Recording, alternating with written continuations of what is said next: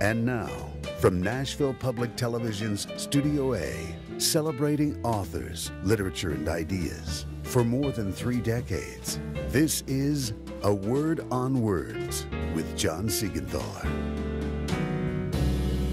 Hello, I'm John Seigenthaler. Welcome once again to A Word on Words. My guest today is New York Times best-selling author Stephen Mansfield, best known for his groundbreaking books on the role of religion in history and in modern culture. First came to international attention with The Faith of George W. Bush, followed that up with another bestseller, The Faith of Barack Obama. He's here today to talk about his new book, The Mormonizing of America.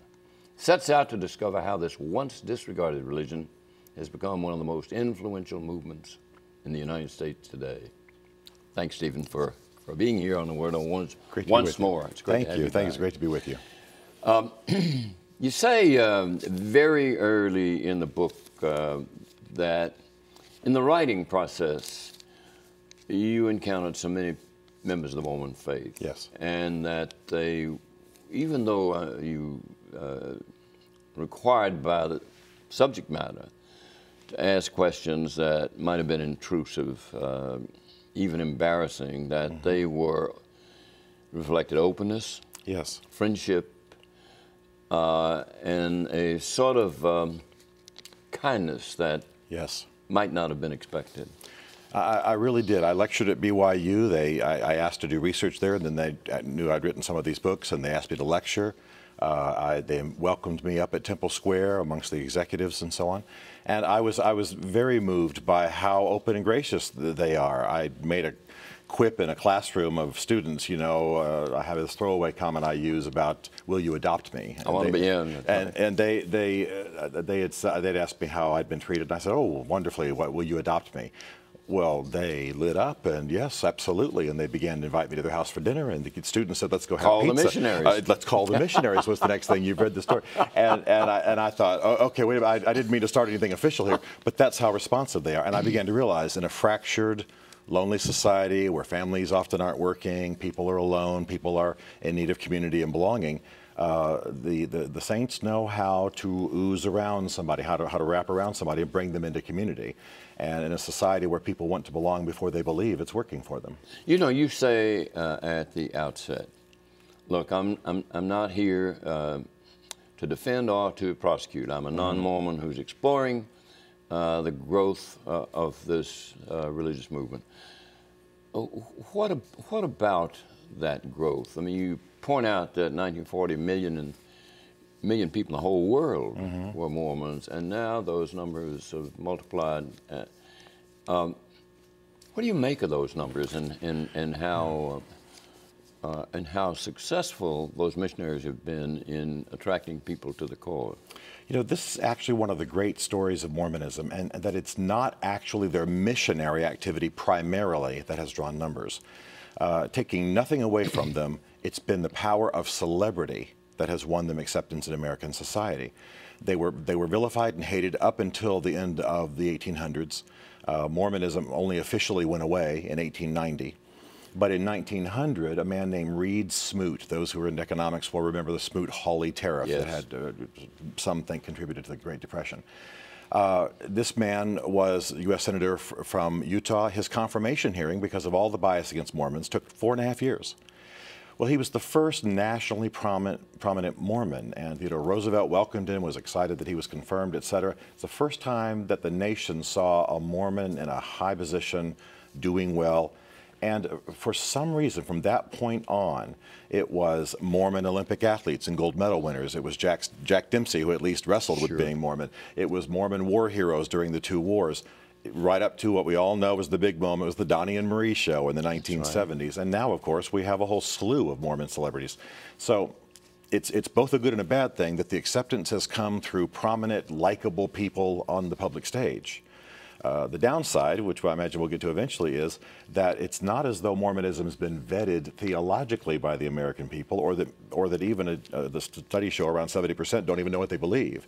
They just know they like Donnie, they like Romney, or they like Beck, or they like Stephanie Meyer, the author of the Twilight series. So it's their acceptance and their growth has come largely by this modeling that happens from their celebrities. And the Mormons really don't gain that many converts through the missionary youth who go out. The benefit to them from that is what happens in the youth themselves.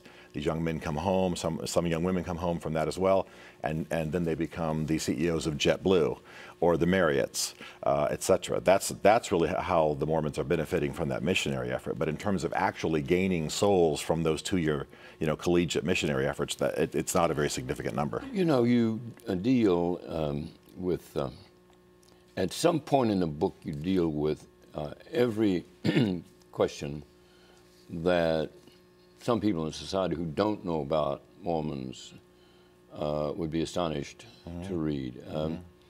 It's interesting, you really tell the story through a series of anecdotes. You begin in that BYU classroom, and you end on a racquetball court.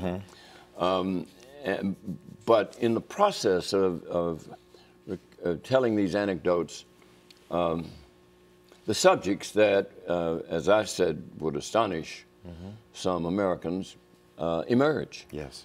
And there's no dodge there.